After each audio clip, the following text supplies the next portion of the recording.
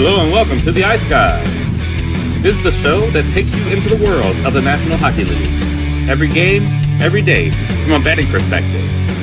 With pro sports handicappers, Ian Cameron, Alex B. Smith, and various guests from the world of hockey and sports betting. And now, here's your host, Ian Cameron. Welcome to the Ice Guys, Tuesday, December 23rd. Ian Cameron, then our Christmas finale, I guess you could say, edition of the Ice Guys show, our final show before the Christmas break, our final NHL slate before the Christmas break, and it is a massive slate. We've got games on the ESPN Plus platform nationally in the U.S. tonight. We've got a TNT triple header in the U.S. tonight, so there's wall-to-wall hockey. We've even got an afternoon game that will start in a couple hours with the Penguins and the Leafs in Toronto. So looking forward to talking about this card. Ian Cameron, Matt Robinson, you always see him with us on Tuesdays, but joining us again, popular guy. People enjoyed hearing Terry Edelman join us on Saturday, and it was a great job he did on Saturday. So I figured, you know what? Why not bring him back here on this final NHL slate before the Christmas break? So excited to talk about these games. We'll jump right into the recap because it's a huge card, and we'll go with the we'll disregard the pleasantries, I should say, at the beginning. We'll jump right into the recap, and it was a interesting Monday night. Philadelphia Flyers get the job done against Vancouver. A good win for them last night, 5-2 over the Vancouver Canucks. I will say this, though. If you had under in that game, that's brutal. It's absolutely awful to lose that bet, considering where that game was going into the third period. That's horrific to lose in that fashion. I don't think it was necessary for Vancouver to pull the goalie down 4-1, but they did. We know some coaches do that now when they're down by 3 goals, and certainly tough if you had the under full game with Canucks Flyers, but kind of what I thought. That's why I was concerned about riding the streak with Vancouver last night.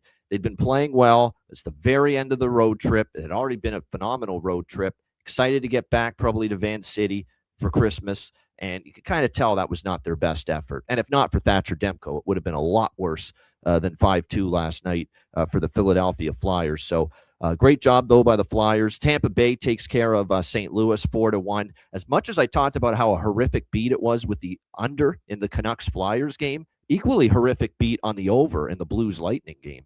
I mean, my goodness, that was 4-1 early in the third period, and you just didn't get that sixth goal that you needed. But nice win there for the Tampa Bay Lightning, 4-1 victory over the St. Louis Blues, as the Blues continue to be mired in their season-long disappointment to this point of the season there. And then, of course, we saw the situation. Darren Radish, by the way, shout out to him. Just another great game from him on the blue line, filling all those minutes of Victor Hedman and doing quite the job filling that role, no doubt about that. In the late night hours, we saw Anaheim end up losing to the Seattle Kraken. Don't look now. Back-to-back wins for the Kraken. Where did this come from? But it was a solid effort. And look, we shit on Grubauer a lot on the show yesterday, and he basically shoved it right back in our face here. He was actually very good last night for the Seattle Kraken in between the pipes. Anaheim wasn't at their best, but give Seattle all the credit. A nice 3-1 win there for Seattle against Anaheim. And then the game that made the night for me, at least a profitable night from a betting standpoint, was fading the LA Kings as -160 favorites. That was just a ridiculous price. I know Columbus had not been playing well, but we said it on the show yesterday. They had lost a bunch of great teams of late. Vegas, Carolina, Florida, Washington, Anaheim twice, Minnesota, Terry's Minnesota Wild. That was one of the losses recently, too, for Columbus. It was just a situation where, they played a lot of tough teams during the skid, whereas LA's been struggling, and some of their losses have come against, weak teams. I mean, they've lost to Seattle and Calgary, during this recent run, LA. So it was just crazy to see them favored like that, especially with Anton Forsberg in net with Darcy Kemper out. So great call there with Columbus. We were all over Columbus. First goal, first period, +160. What a price that was. They got the first goal. Columbus, first period money line. We had the full game money line, so it was great too, which was the best bet on the show. So awesome result seeing Columbus come through. And how about Mason Marchment? 2 goals last night, 3 in the first 2 games as a member of the Columbus Blue Jackets. He got the donkey hat after the game as the player of the game, which is the custom and the tradition with the Jackets after they win. perfect fit so far. Wasn't a good fit in Seattle, but man, has it been a good fit for Mason Marchment so far in Columbus. Just absolutely outstanding. 3 goals in 2 games for him. Jack Reeves was very solid in net once again. And the LA Kings booed off their home ice at Crypto.com Arena, and deservedly so. Now 4-11, the Los Angeles Kings this year at home. And laying a huge number tonight at home as well against Seattle. But the problem is you got to back Seattle, if you're going to fade LA again. And we'll get into that later. Matt, we'll start with you. I know Mondays you like to lay low usually on the small slate, but thoughts on what we saw last night? Yeah, I didn't dive in too much. I did have 2 premium plays, and one you mentioned. It's funny. I had Vancouver Philly over after the second period. I thought that was definitely dead. Wow. And then to my surprise, we get a 6-goal third period. So that was a nice hit. And then I went 1-1 because the other play I had was Kraken Anaheim. Even when, it was a slow start, I think it was 0-0 after the first. I actually jumped on over 4.5 and on the Ducks live 3-way play. So obviously 2 L's in that regard, but they were small bets. Again, we've mentioned it this time of year. Some teams are just trying to get to the break. Some teams, are fatigued and just need a couple days off. So a little disappointing with Anaheim. I mean, Granlund did score again, which was nice to see. He's been hot lately for the Ducks. Oh, yeah, but, bargain bin special for me, and bargain bin special for Alex was Mason Marchment, which was a change for him because he went with Luca Del Bel Belouz initially for Columbus, but he was scratched. He changed it to Marchment, so he cashed a bargain bin, and so did I with Michael Granlund. So, yeah, you may continue. Yeah. Go ahead. Yeah, and talk about a good start for Mason Marchment. I was going to mention it. 3 goals in his first 2 games, really 3 goals in his first 4 periods with the Columbus Blue Jackets. So obviously feeling pretty comfortable there. I know 2 of the 3, or maybe all 3, were power play goals. I know both yesterday were power play goals, but clearly gelling well with the Blue Jackets, after a quick, trade flyover first game the next day, and then already chipping in for the Blue Jackets. So good to see. I like Marchman. He was a great player for Dallas. Questionable penalties at times, but definitely had some big, exciting goals and created a lot of excitement during his tenure in Dallas. And I know a lot of fans. I know Jake Ottinger is one of his best friends, so he's happy to see him, doing well. So, but yeah, overall, pretty minimal card. I knew I was going to be on the show today. I knew we had 13 games. I knew we won't have games for the next 3 days. So today, while the bets will be low amounts, I will have, high volume of bets just, to enjoy this last day of hockey before we hit the holiday break. So looking forward to today's card. There are some looks I like. I know it's tough because there's looks I like to the over that I'm going to have to play smaller than usual just because, it is the last day before these teams have a break. So you may get a low and slow game, or you may get, a 7-5 game because they're like, whatever. We're not going to really play defense. No one wants to get hit tonight. So they're just going to kind of play more of a drop-in style game. So we'll see. But yeah, overall, not too much yesterday, but looking forward to today's card. Yeah, no question. Terry, anything you want to add about what we saw on Monday? Yeah, it was a small card for me yesterday. I was on the Canucks, so everyone's all over the place with that Canucks game. I took a shot with them just because of how well they've been playing with Demko and net. I really lean with the under, so if I went back and forth between the under and Canucks. Went with the Canucks, and then I was pissed at myself. At least you didn't go with both. Yeah, I was pissed at myself throughout the game, thinking I should have taken the under. Why did I not take the under with the 2 goalies? And I was thinking this is an easy under. And then, well, we saw what happened. I went over. So 1 loss there for me. But my play I gave out on my show yesterday, my free play, was Granlund over half a point plus 100. That was before the news on Leo Carlson came out. So I was expecting him to be on the 3rd line and no power play, and I was willing to take him.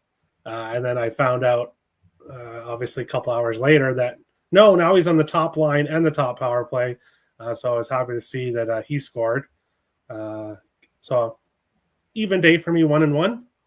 But we've got a great slate today. So some plays I really like on today's slate. Yeah, no doubt. You would always hope that on a slate with 13 games on it, you'd at least find a few things that you like. No question about that. But it is a huge slate. Our final NHL show and breakdown before the Christmas break. I'm making it sound like we're going to be gone for 2 months. I shouldn't really hype it up that much. We're only gone for 3 days. But when you do this show every fucking day for 3 months straight, it does feel like we're going to be gone for 2 months. So, but we will be back Saturday, of course, for the first slate of action following the break. So Saturday, noon Eastern, we will be back following the Christmas break, following today's show. All right, let's get into it. We will begin with Pittsburgh and Toronto, 4:00 p.m. Eastern start time. Note the start time so you get your bets in time. This is the first of a triple header on TNT today. They are covering this game with the great Johnny Forsland and Eddie Olczyk calling it. We've got Toronto minus 130 home favorites, 6 the total here in this game today. I'm pounding my fist on this table for a reason. Damn it, this is the spot for Toronto, I think. I really do. You look at Pittsburgh here going into this game. They're coming off the high of the Crosby night against Montreal on Sunday. You got a situation where Crosby obviously passes Mario Lemieux for the all-time points leader of the Pittsburgh Penguins. They all cleared off the bench to come celebrate here with Crosby following that moment. They also get the team victory as well after getting shut out by Montreal and Jacob Fowler the previous night in Montreal. They ended up bouncing back and beating the Montreal Canadiens 4-3 on Sunday. So you're coming off that. You're facing a Toronto team that made headlines yesterday with the firing of assistant coach Marc Savard. And this is probably the move that was the easy one to make because Marc Savard's been in charge of the power play, running the power play for the Toronto Maple Leafs. That power play has been god-freaking-awful. It's been terrible. It's been abysmal, what we've seen from that Toronto power play. He's the easy guy to throw under the bus and make into a scapegoat from a Toronto standpoint. So he's out of there. They didn't make a replacement as far as they didn't bring in another guy as an assistant coach. They're just going to leave it as it is. Just Mike Van Ryn and Derek Lalonde will be the 2 assistants. They had 3 with those 2 and Savard. It'll just be Van Ryn and Lalonde now as assistant coach with Craig Berube. Toronto played, and Matt Robinson can attest to this because Toronto's last game was against Dallas. I thought they played a hell of a game from an effort standpoint. They took it to Dallas for extended stretches of that game, especially in the second period. I think the shots were like 14-4 at one point for Toronto, but they ran into a red-hot Ottinger. He was absolutely spectacular, couldn't capitalize on their chances, couldn't convert on any of their looks, and then too little too late. You miss out on all those opportunities, and then eventually Dallas picks it up in the third and pulls away. Wins that game 5-1. Wasn't as lopsided as the final score would indicate. It was a good effort from Toronto. They did a lot of good things. They just didn't score, didn't capitalize. And to win hockey games, you got to put the puck in the freaking net. And the Leafs weren't able to do that against the Dallas Stars in that game. But I think they got a chance to do that here. Pittsburgh is a bottom-tier defensive team right now. There's no question about that. What have they allowed? 4+ goals to the opponent now in 6 of their last 7 games. We know they've struggled at that end of the ice. We'll see who's in net for them. I'm expecting it'll be Skinner, even though it hasn't been confirmed yet for the Penguins in this game. Should be Joe Woll for the Leafs here in this one. I'm going to go with Toronto money line and team total split in this game, 3.5. We've been taking the team totals to the over against the Penguins recently. So I'll take a shot today. I'm not Mr. Leaf fan club president, and I've ripped them a lot on this show. But I think this for Toronto is a situation where, if it's not going to happen here in a spot where you should have the utmost urgency to at least go into the break with a victory under your belt against a very beatable, weak defensive team like the Pittsburgh Penguins. If you can't win this game, when are you going to snap out of it? When's it going to happen if it's not going to happen today? For the Leafs, you could dig yourself in even further, not winning this game today. So I will take my shot. Obviously, it's not a huge bet. It's Toronto after all, but I think it's the right time to get involved here. So we'll do minus 130 split with the team total over 3.5 for Toronto. Again, Pittsburgh's routinely been giving up 4 goals to the opponent. That team total is 3.5 plus 115. You get a good plus price with that. So that's what I'm on here. I'm also going to dabble in the first goal, first period for Toronto. In this spot, get that first goal. Pittsburgh's had a habit of giving up the first goal too in a lot of their games during their slide, which did get snapped against Montreal on Sunday. But like I said, I think Toronto comes out with the start they had against Dallas here again tonight. I think there's a chance they get on the board first. Matt, what do you think here? Penguins, Leafs. I agree. I think this is a good spot for Toronto to, maybe get back on track. I think that game against Dallas, to your point, it was 5-1. There was a couple late goals, but Toronto kind of hung around in there. It was honestly one of those games where Dallas just really capitalized on their opportunities, but I felt like Toronto had more opportunities. Jake Oettinger had some big saves. That breakaway save on Austin Matthews was all time. I think he'll be pretty happy with that save. I think when they talk about Jake Oettinger moving forward, that one will make the highlight reel pretty often. So especially, I know Austin Matthews has struggled a bit this year, but he is one of the most elite goal scorers in the league. So anytime you can make him look bad, it's a good thing. But yeah, you know, I think Pittsburgh, they've kind of started to level out the last couple weeks. They obviously had a great start, more impressive than anyone thought. Then they've kind of gone downhill, and then they do have the big Crosby night last game. So I think, especially at home, the changes in the front office, or sorry, with the coaching staff, I think this is a Toronto spot. So I may take a shot with Toronto here. I may split it with a team total at 3, just on the off chance we get a 4-3 Pittsburgh overtime win. At least we push one of the bets. Both small. It's not. Could Pittsburgh win this game? Absolutely. Toronto has struggled. Even when they've played well, they thought they played a little better in Nashville. They still lost. They, did play well against Dallas and lose 5-1. So Pittsburgh could absolutely win this game, but I'll take a shot with Toronto here at home. All right, Terry, are you involved here? Pittsburgh, Toronto. No, it's the early game, and I wish I had something here in this one, but I don't trust either of these teams right now. Now, previous history is heavy with Toronto winning 6 of the last 7 and 4 overs in a row. So I do kind of lean towards the over if I was going to get to anything. And we've got a ton of players that have great history against Pittsburgh or Toronto that are playing in this game, but none of them are really all that consistent right now. So for me, I do like the past history stats with player props, but I also like those players to be doing really well right now, and we're not really seeing that. So this game is a pass to start off the slate. Nothing wrong with that when you're talking about 13 games. And there it is, Jonathan back in 7, and all of them have been allowed in the first period. So there you go. Toronto first goal, first period. I already liked that before seeing that, and that just reinforces it. And I think they should come out strong. If they don't, shame on them. But, they did come out great against Dallas, but again, couldn't put one past Oettinger. And they're having one of these situations there. Nylander, Tavares, Nyes, Matthews, the whole collective, they just can't finish half the time. And if that continues, maybe they're not going to score goals. Maybe they're not going to win today. But like I said, the opportunities have been there. We'll just see if they can finally cash in. By the way, that's plus 115 at FanDuel for that first goal, first period for Toronto. There was a good question someone had. David, appreciate it. How do you boys typically do your bets? Do you typically do? It's all single bets for me, David. Very rarely parlay involvement for me on a daily basis. Everything is single, And when I talk about multiple bets in the same game, it's not a same game parlay. Rarely ever is it a same game parlay. It's single, straight, individual bets across the board. It's hard enough to win one bet, and it's like I said, that's why it takes the parlay involvement for me is more recreational type of betting. So great question though. And another question too. Thanks for the reminder, Ian. Did you finish your research analysis project? Yes, I did. Do that early this morning.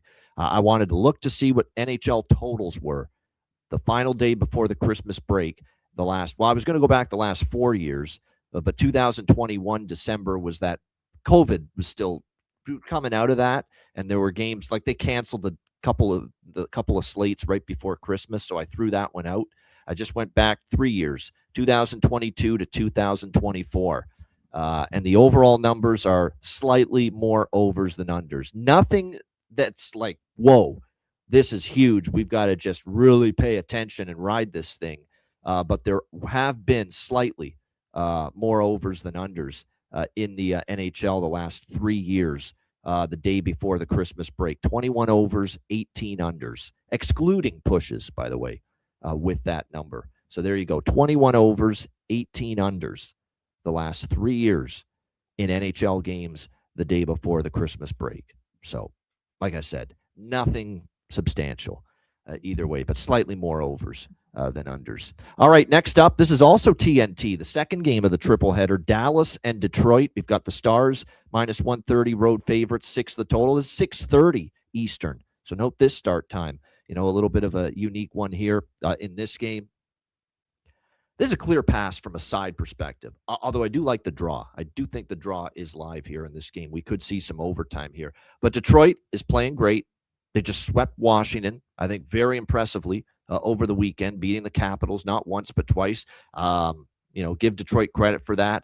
Their offense has come to life all of a sudden. I think it's 3 goals or more in the 8 of the last 10 games for the Red Wings. That being said, we're talking about a Dallas Stars team that scored, only 22 goals in the last 4 games. Now, it's inflated by that San Jose game where they just absolutely ripped it up against the San Jose Sharks. But still, I mean, their offense, there's nothing wrong with it. It's in great form, too, right now. It was the Ducks, not the Sharks. Yeah. It was the Ducks game where they had the big output for the Dallas Stars. But yeah, but they've been scoring, like I said, 22 in the last 4 games. They had the 5 spot against Toronto. A lot of that was late, but still, it shows what the Stars are capable of right now at the offensive end. They're going with Casey DeSmith here in net for this one against the Detroit Red Wings. His numbers are very good, but I will, again, just be a little bit nitpicky here with DeSmith and say a lot of his recent starts have come against, some of the weaker offenses, some of the teams that have had scoring issues for much of the season. He's faced some Seattles and he faced some Winnipeg when they were struggling to score goals at the time. He's still a very good, capable backup goalie, one of the better backup goalies in the NHL. But with the way Detroit's throwing that puck around right now, this will be a good challenge here for him in net against this Detroit team. That being said, and John Gibson's going to get the start for the Red Wings, and he's been great. He'll be put to the test, though, here, in my opinion. And he's got some shaky long-term numbers against the Dallas Stars head-to-head, who he's seen a lot of going back to his Anaheim days, obviously. So you look at this matchup here. I do think the over's in play, over 6 minus 120. It's a tough side, though. So it's over and draw for me, and over 6 minus 115 minus 120. The side's tough. Dallas is playing well. I don't really want to fade them. Detroit's playing well. I don't really want to fade them. And Detroit's numbers as a home underdog, which Jonathan's posted in the chat, are very good. 6-7 as a home favorite. They're 5-1 as a home underdog, the Detroit Red Wings. This has been a very good price range and a very good role for them this year as a home underdog. So it's a tough side. I like goals, though, more than anything here in this game with the Stars and the Red Wings. Plus, Detroit red hot. Don't want to go against them. Dallas playing well of late, and it's dads and mentors trip for the Dallas Stars tonight, as well as they'll have the dads and the mentors joining them on this final game before the Christmas break on the road in Detroit. I love Jonathan Davis's quip to me earlier today in a message he sent me saying they must not love the dads. You're sending them to Detroit for this dad's trip to this. Ooh, what a shot he took at Detroit there. Oh, Jonathan Davis, you're going to be hated in the Motor City for saying that for all eternity. But nevertheless, John Leonard, we got to bet it. We do. He's now scored in back-to-back games for the Detroit Red Wings. Why not ride the wave? A consecutive game goal scoring streak for him. I think the price still is pretty good as far as him finding the back of the net here. We're talking, plus 460, plus 500. Sammy Steele for Dallas. He's scored now in back-to-back games for them. So there's a couple of really good, bigger plus price shots there with players on back-to-back consecutive game goal scoring streaks, one for each team. Sam Steele for Dallas, John Leonard for Detroit. Matt, what do you think here? Your Dallas Stars as they finish the break in Detroit against the Red Wings. Yeah, I like Dallas in this spot. I think it's a pretty good price. They've been a great road team. I know Detroit has played well, all season long, but definitely in recency as well. But to me, it's Dallas has been hot and the dad angle. It's not for me. It's not quite like the old mom's trip. I do think that can play a factor. But I just think there's a decent Dallas spot. Again, not a huge bet. It's not like a hammer spot for Dallas or anything like that. I just you don't get them at minus 130 too often. And they've been a great road team. So what I'm going to do is I'm going to take Dallas money line and team total over 3.5. And then the biggest bet for me in this game is over 6. And then I'm going to take a small shot at a Matty Rob special, 1.5, 5.5. I do like the first period, not as much as the full game. So I'm going to do that small. I'm going to be on over 6 is probably my biggest piece of this game. And then I'll split up a Dallas team total over 3.5 plus 115 and a Dallas money line minus 130. That's another thing, too. We got a mini series history thing here with this over, which is another reason why I like it. 7-3 to the over in the last 10 meetings, 4-1 in the last 5 in Detroit between these two teams as far as cashing the over. We've seen a lot of 6-4, 5-4, 6-3, 6-1. We've seen definitely plenty of overs of late, just 4-1 in the short term, 7-3 in the last 10 meetings overall between these two teams. There's something else I want. Oh, yeah, another prop I wanted to mention. I mentioned Steele. I mentioned Leonard for Detroit. I'm going to mention another player, and he scored into the empty net the other night. And finally, I think Glenn Gullitson's going to give him some runway here to be a top 6 guy after he's been in the bottom 6 for much of the season. That's Maverick Bourque here for the Dallas Stars. He's playing now with Rope and with Jason Robertson, Robo on that top line for Dallas, and I think there's some great value now with Maverick Bourque, and it's the value meter is off the chart right now because I'm seeing close to plus 600 here with Maverick Bourque as far as goal prop tonight, sitting on that or expected to skate once again on that top line for the Dallas Stars here tonight. So again, Maverick Bourque and that plus 575 at BetMGM looks like the best price out there. So sign me up for that piece of that. Terry, what do you think? Stars, Red Wings. Yeah, I think this is going to be a high-scoring game. I think the over is a good play, and I think Dallas gets the win. So really, you could go any of 3 ways: Dallas money line, Dallas team total, or the over in general. John Gibson's played well, but he's going to have a tough test in this Dallas Stars team. Dallas did have a 2-game streak where they kind of struggled, but they've gotten right back on track. But my favorite play here in this game is my favorite prop that I've been betting all year long.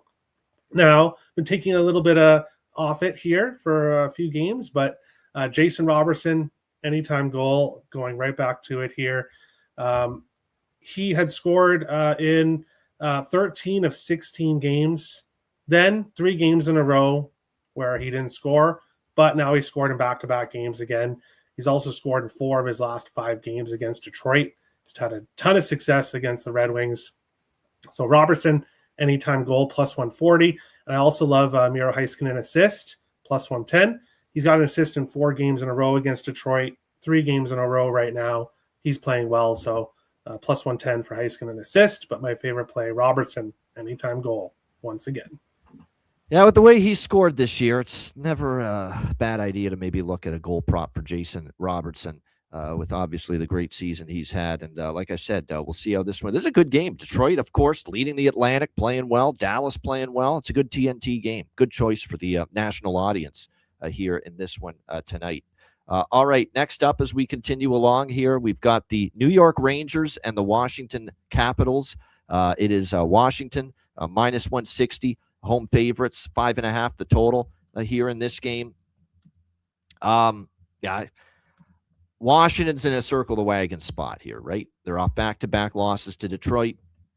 Rangers are overall better on the road than they are at home, but that didn't show up on Sunday against Nashville, now did it? Against useless Onanen, one of our favorite fade goaltenders, and the Rangers couldn't even put anything past him in that game. Very disappointing effort from the Rangers. Mike Sullivan wasn't very happy as far as that's concerned.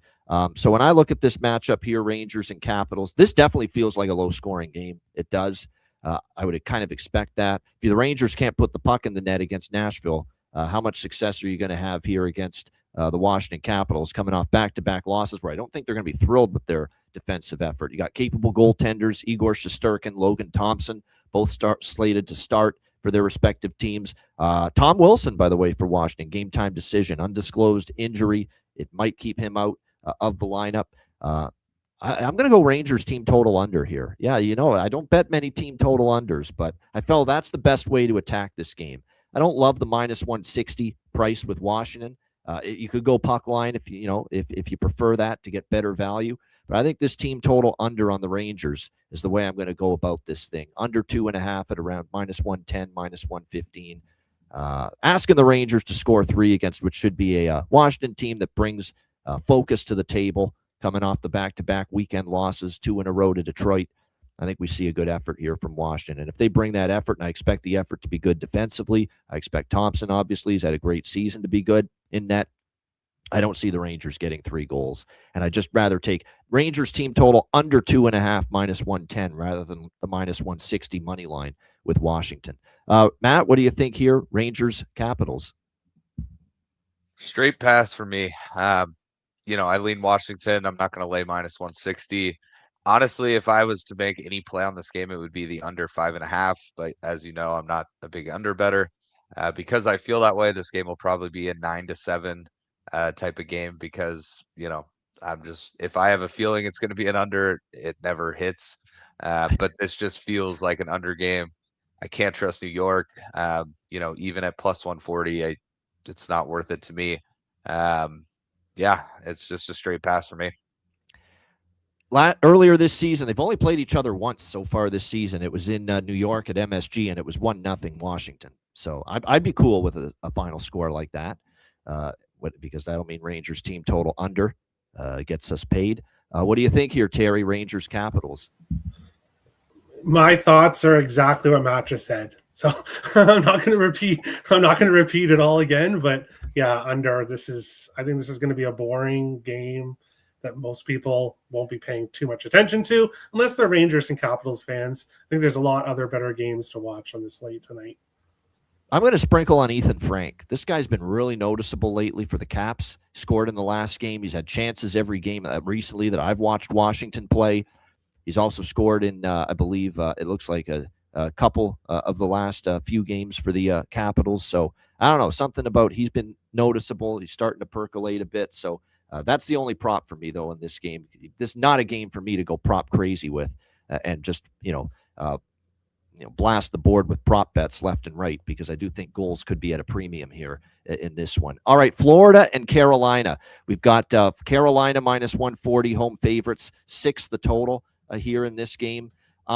This is an interesting game. These are obviously division rivals. We just saw them face off in Florida down in Sunrise on Friday. I had a piece of Carolina in that game, and I thought it set up well. With Carolina looking for that first time playing Florida since losing in the East Final to the Panthers, and they played a great game for 2 periods. And then all of a sudden, the third period happened, and it got away from the Hurricanes, and the 3-0 deficit was erased. Florida tied it in the last minute, and of course, Florida ends up winning the game against the Carolina Hurricanes on Friday, completing the comeback. One of 2 games over the weekend where the Carolina Hurricanes had an early lead and coughed it up. 4-3 shootout loss after being up 3-0 against Florida. And then against Tampa the very next night, 3-0 after the first period. And thank goodness on Saturday's show with Terry, I said I liked Carolina early and only early. First goal, first period. And I stayed off full game because I was worried if they'd hang on, and they didn't hang on. Tampa came all the way back and won 6-4. This is one of these spots where normally I would want to back Carolina in this spot. Pissed off after blowing that game against Florida. Great revenge situation, short turnaround. I can't do it, though. I can't. Not after the corpse of Freddie Anderson was confirmed in net.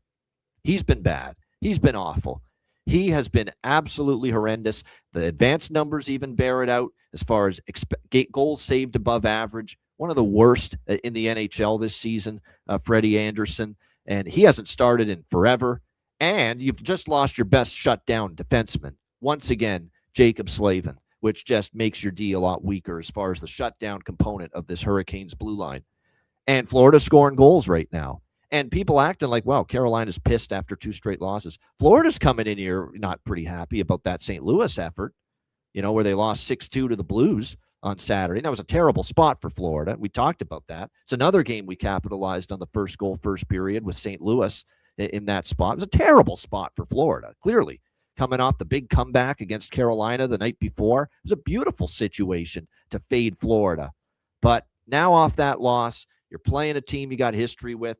I know you've owned them. I don't think Florida gets tired of beating Carolina, though, quite honestly. So I'm going to – normally I'd be on Carolina in this spot. If this was Bussy, if this was even Pyotr Kochetkov, maybe I like Carolina. Maybe I even bet Carolina here because those two goalies have certainly been solid. But Freddie Anderson, can't do it. No Canes for me with Freddie Anderson in net. Give me Florida. Plus 120, split with the team total, over 2.5. 2.5 team totals, like minus 135. You could do what Jonathan said he was doing, too. You can go with an alt team total on Florida, over 3.5 at like plus 190, noting the fact that Frederik Andersen's given up at least 4 goals in 6 straight appearances in net. So if you want that extra value, you could go to Florida team total over 3.5 as opposed to playing it safer like I did with the over 2.5. And I like the full game over 5.5. I got 5.5 at minus 130. Most books have it up to 6 now. Even at 6, I still like it. Could only look over in Freddie Anderson starts right now. And a lot of his recent starts have also gone over the full game total as well. So like I said, sometimes a team just has another team's number. Florida didn't even play well for 2+ periods and still beat Carolina the other night. So, yeah, Florida money line, team total over, and give me this full game over here as well. Matt, what do you think here? Panthers, Canes. I'm on Florida as well. I'm gonna do the same. I liked Florida in this spot when I saw Freddie Anderson was starting, but I am gonna split it with that team total over 2.5. I just always feel a little safer with the split there, especially with the dog. And then I also jumped in at over 5.5. I got in at minus 135. I was willing to pay a little extra juice just in case we stop at 6. We get the win and not a push. But I would definitely condone it at 6 as well. And because Freddie Anderson got the nod, I am going to put a small chunk on the first period over as well. I think we could easily see 2 goals in the first. Good stuff. Terry, what do you think here, Florida, Kakalaki? Yeah, I was surprised that the Hurricanes would choose this spot for Freddie Anderson. Of all the spots you could have put him maybe against a weaker team, no, you're going to put him against the Panthers here, the 2-time champs. Panthers off a loss too. Yep. Yeah, so I was a bit surprised that they chose, and I thought we had seen the last of Freddie Anderson in a Canes jersey, but I think after tonight we'll have seen the last of Freddie Anderson in a Canes jersey. He's going to be motivated for sure, but it's going to be a very tough test. But to give him a little bit of, not credit, but a lot of these games recently he started in, he's actually only given up 3 goals, but because they're losing, the other team's getting an empty netter. So technically the team total is going over. He's been only giving up 3 in some recent starts, but only giving up 3 goals, if that's a good thing, then that's saying how bad you've been lately. So long story short, I'm on the team total over 3.5 for the Panthers, plus 186 I got. Smaller play, half unit play, but I had to absolutely pull the trigger on that with Anderson and net. And the Panthers 7-2 in the last 9 meetings, 3 of the last 4 going over 6.5, and the Panthers have been scoring recently. So I think this is a good spot for them to score some goals. Yeah, like I said, it's just, we've seen it enough. Like, we've given this guy chances to play better, look better in net. At the Toronto game, I thought, well, he can finally play better because Toronto's kind of slumping right now, and he didn't get the job done there in that game. So, like I said, not much confidence in him right now. As far as props go for this game, there are a few that I'm interested in here on both sides. We've talked about Anton Lundell for a while. No question. He's been pretty solid for the Panthers of late. Reinhart scored in back-to-back games. That's another thing, too, about the over. That got nasty toward the end of that game on Friday. Some penalties, and if there's some chippiness here in penalties, teams get put on the power play here, that's going to open the door for more goals and more goal-scoring opportunities. That's something to factor in. No question about that. And, plus the Jarvis situation, that he got obviously injured from that game on Friday night. No question. That's something that's going to be pissing off the Hurricanes because he's out indefinitely on the IR as well. So, like I said, this is a good hockey game tonight. This is definitely one that'll be on one of the main screens. Buckle up. Get your popcorn ready, as they say. Bradley Nadeau. I like that look. Bradley Nadeau. Nadeau for the Carolina Hurricanes. Bradley Nadeau scored last game for them. Called up as one of the guys to replace, the absence of Seth Jarvis. I don't mind that whatsoever. To look in that direction as far as a goal prop with some good value, no question. So those are definitely some of the props I'd be looking at here for Florida and Carolina in this one. All right, New Jersey Devils, and by the way, Bobrovsky in net for the Florida Panthers, who just has okay numbers this year. Hasn't been bad, but obviously has not been as good as we've seen from him in the past. But he is in net for the Panthers here tonight. Devils Islanders, we've got New Jersey minus 130, road favorites, 6 the total here in this game. Devils get Jack Hughes back against the Buffalo Sabres, but don't win. And how many times do we see that? Everyone just gets so excited to back the team with the big star player back. And how many times do they lose that first game? It's uncanny. It's unreal how often that happens. And it happened again with the New Jersey loss to the Buffalo Sabres and Jack Hughes' return on Sunday. We'll see if they can bounce back here against the New York Islanders, who suddenly have lost 3 in a row. Streaky bunch. They were rolling, ripping off multiple wins, 3 wins against Tampa Bay, beating Colorado at home, beating Vegas at home, beating Anaheim at home. And then all of a sudden, they lose at Detroit. They lose to lowly Vancouver 4-1 at home, although Vancouver had, a little bump with the post-Quinn Hughes trade. And then the Buffalo lost 3-2 in a shootout in their last game. So suddenly the Islanders scuffling again a little bit here going into this game against the New Jersey Devils. Jacob Markstrom in net for the New Jersey Devils, confirmed. David Riddick confirmed for the New York Islanders. Ilya Sorokin has been ruled out. Ilya Sorokin dealing with a small nagging issue. Small nagging issue is what it was phrased as to why Ilya Sorokin is out here for this final start before the break. I've got a lot of small nagging issues too. You don't hear me complaining about them, but nevertheless, that's another story. But he's out. It'll be David Riddick in net for the Islanders here. Jacob Markstrom for New Jersey. Markstrom, actually, the last 2 games, we know he's been struggling. He's been usually good to give up minimum 3 goals. Last 2 games have been better. Vancouver and Utah. They're not 2 of the better potent offensive teams, but step in the right direction for Jacob Markstrom here in his last couple starts, getting victories against both Vancouver and Utah. Actually, didn't beat Vancouver, but he only gave up 2 goals. They lost that game 2-1, but he did beat Utah in his last start. I think I like the Devils a little bit here, actually, as a small road favorite, minus 125, minus 130. Now this is the game. Hughes has a game under his belt. He'll be more comfortable, more assertive on the ice.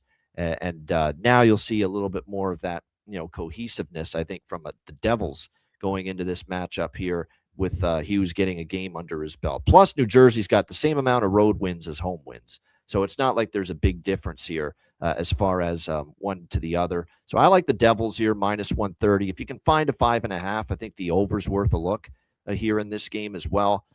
Could see the Devils getting their offense going a bit. Now, the Islanders been a bit of a undertrain lately, 4 straight. So this is a small bet with the over, but, it's 5.5. Islanders aren't scoring right now. Neither are the Devils, quite honestly. They've gone 5 straight to the under, 2 goals or less, but 5.5. Think the offense will be a little more cohesive, like I said, now that Hughes has a game under his belt. So I will take a small shot with the over. There's the overs I've mentioned already I like more, but this one at 5.5, I'll take a chance we can get to 6 goals here. So yeah, Devils and over 5.5. Matt, what do you think here? Devils Islanders. I'm just on the over 5.5. I jumped on that this morning. I'd expect Hughes to continue to help push some offense for New Jersey. I know they obviously lost in his first game back, but I think he'll kind of continue to push the pace a little bit for them as he gets more comfortable. It's funny, I was looking at random props and stuff today, and in Hughes's last game against the Islanders, which was one of the last couple games before getting injured, he had 11 shots on goal, which is pretty crazy. So I made, just because of that, take a little Hughes shot prop in this one. I think I saw over 3.5 is like plus 120 on MGM. So that may be worth a look. I know he's going to take some time to get back to that level, but maybe just how the Islanders decor is built, maybe it's a comfortable situation for him. So, and he will want to keep, pushing the pace When you're a player like that comes back from injuries, a lot of times your line mates are saying, hey, shoot whatever you want, just get back to being comfortable, get pucks on net. Obviously he wants to continue to chip in and score goals. So I think Hughes' shot prop is probably worth a look in this one. But as far as sides totals go, over 5.5 is it for me. Good stuff. By the way, Devils have won each of their last 2 off a loss too, so we'll see if that continues here tonight in this one. Yeah, prop wise, for me, let me just look at the line comp. Oh, by the way, I'm adding the draw. I was just seeing it when Matt was talking. 3 of the last 4 meetings have gone past regulation, and we know the Islanders are no strangers to going to overtime. That's why we've called them the Thailanders the last 2 years plus on this show. So I will dabble in the draw here as well with the Devils and the Islanders. And as far as, like I said, props for this game, obviously I'm always interested in Emil Heineman. It goes without saying. And he scored last game and has scored in 2 of the last 5 for the Islanders. So prop-wise, and he stepped up with Bo Horvat out of the lineup, and Palmieri as well for the Islanders. So that's been good to see. For the Devils, I mean, certainly, Jack Hughes did score in his return, but even though the Devils didn't win that game, but Meyer's back, and he's been a good first goal guy, as Jonathan Davis knows. So maybe if you're interested in the first goal scorer market, Timo Meier you look at. Mercer's on the top line potentially here with Nico Hischier, the captain, and Timo Meier. And don't be scared to look toward, your Connor Browns, your Cody Glass repair, Cody Glass replace. They've been nice little depth options for New Jersey. So couple of props that I've got my eye on here. Terry, what do you think? New Jersey, New York Islanders. Yeah, this one, it's kind of like the Vancouver game yesterday where everything's kind of pointing towards the under. And then look what happened yesterday. It went over. But Devils right now, 2-1 games pretty much every night recently. And then for the Islanders, it's been 3-2 games.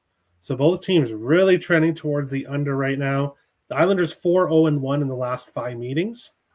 So, yeah, we've had a lot of overtime between these teams, but the Islanders seem to find a way to win. 4 of the last 6 have gone under. I lean with the under here, but I don't feel like betting an under on the night before Christmas break. I could see both teams coming out, even despite how they've been playing unders. I could see both teams coming out here and not really having a lot of defense in this one. So, even though things point to the under, I like your guys' over. I think this one could be an over. All right, good stuff there. All right, we move on to Buffalo, Ottawa. Ottawa minus 160, home favorite, 6.5 the total. We really talking about a 6-game winning streak for the Buffalo Sabres? Yes, we are. It's hard to believe as it is, as hard as it may be to believe and fathom. Here we are, Buffalo winning 6 straight games, looking to make it 7 straight, and there's nothing really fluky about it. Now, they played good hockey during this stretch. You can quibble about some of the competition, not the toughest in some of these wins, but still, they're getting the job done. The Islander win was pretty good, the tough spot. The other over the weekend, New Jersey with Hughes back on a back-to-back. You got to give Buffalo credit. It's not just, who they're playing and the opposition hasn't played great. No, it's time to, as much as we've shit on the Buffalo Sabres over the years, it's time to give them credit for this nice run they've put together. They've played some good hockey. And I think they could be live here because you look at this situation, and I think Ottawa's starting to play better as well. No doubt. They've been on a nice little run. But at the same point in time, Buffalo's won or owned this series. They've beaten Ottawa 5 straight times. They're on a 6-game win streak here. They've got Alex Lyon in net, who has been very good for them all of a sudden of late for the Buffalo Sabres. We'll see if he can keep that going. Linus Ullmark will be in net for Ottawa. I guess you could say he's been better as well. We'll see if that continues, though, here in this game. But, just series history and this 6-game win streak and Buffalo getting the price they are, I took the Sabres here. You're not going to see me utter that phrase very often. But I did take Buffalo here, plus 140. I just think it's given the win streak, given the success against Ottawa. And what I also like for Buffalo is this Josh Norris angle.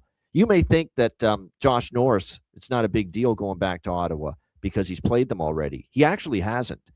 The Sabres and the Sens have played each other 3 times since that Josh Norris trade.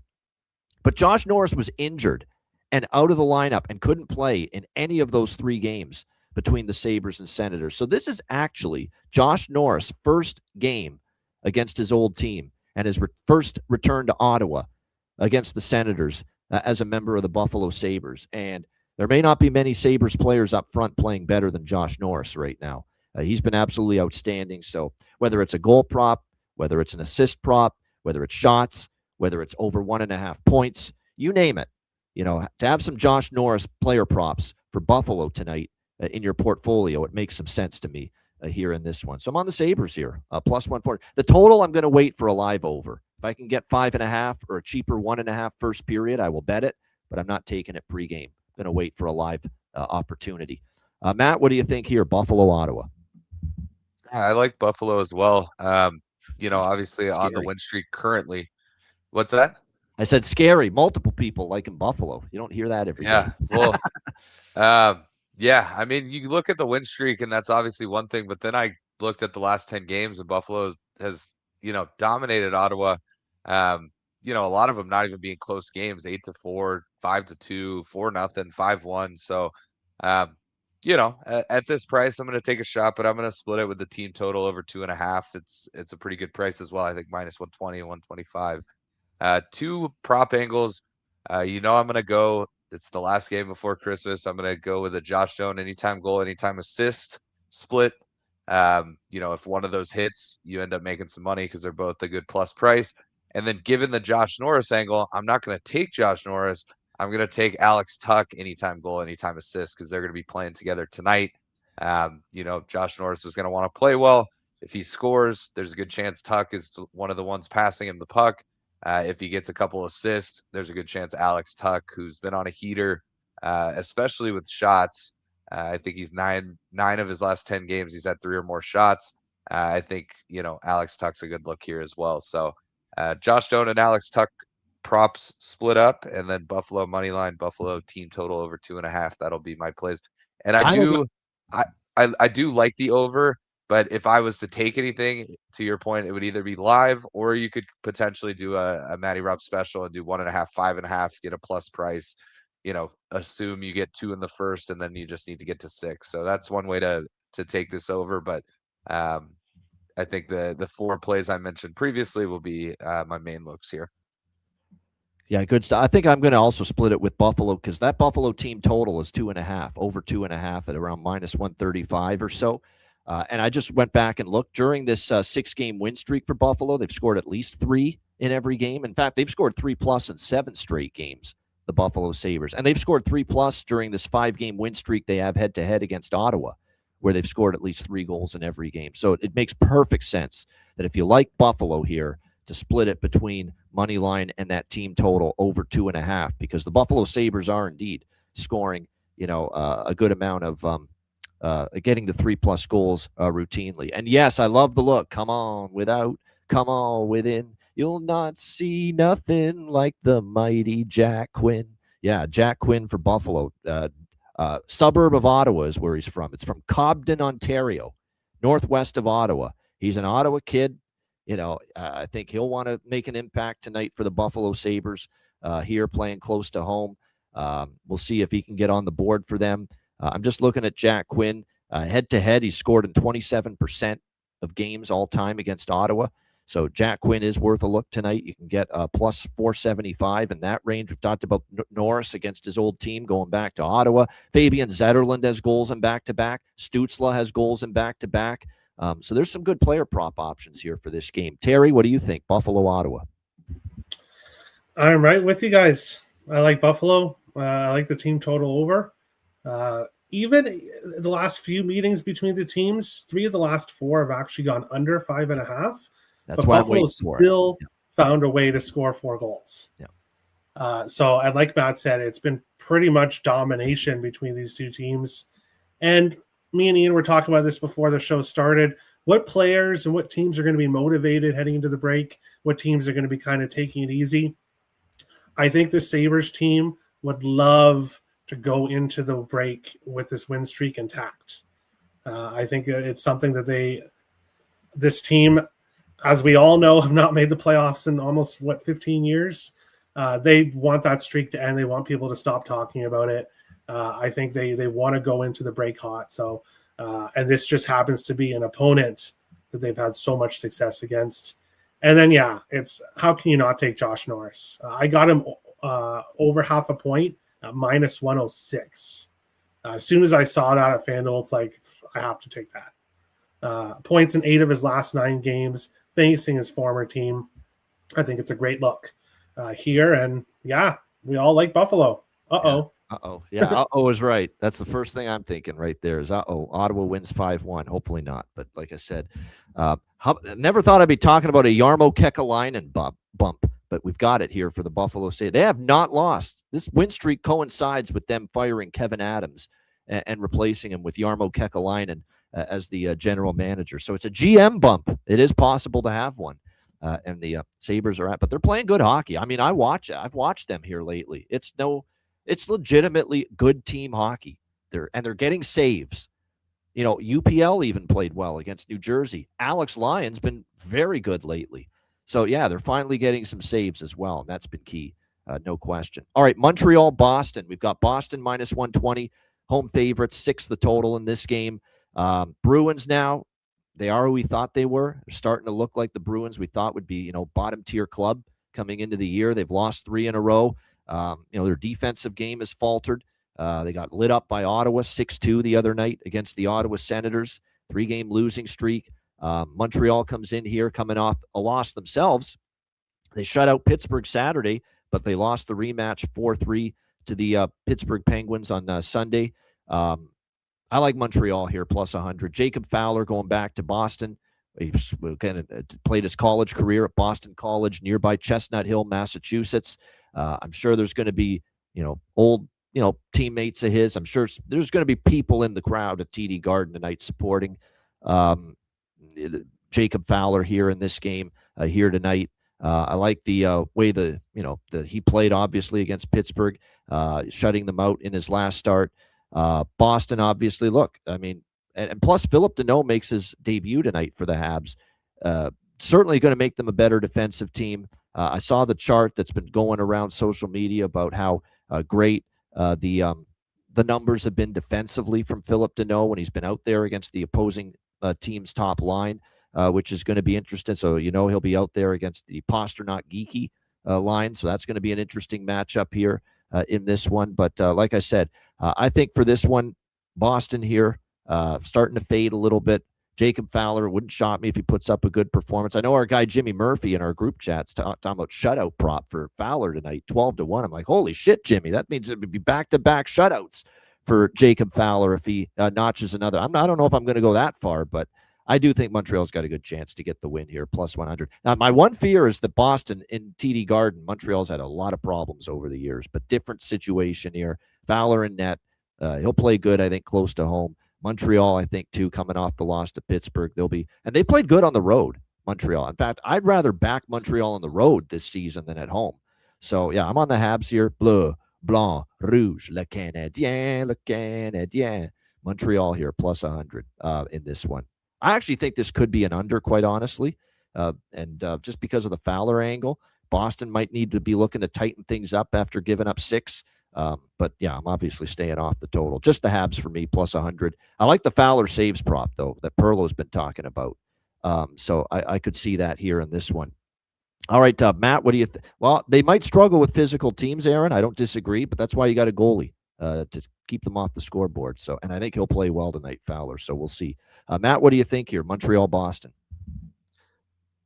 Yeah, so I definitely like the first period over in this one. Both teams trending really well to that. I think Boston's like 8-2 in their last 10. Montreal 7-3 in their last 10. So I think we could see a couple early goals. I do like the full game over.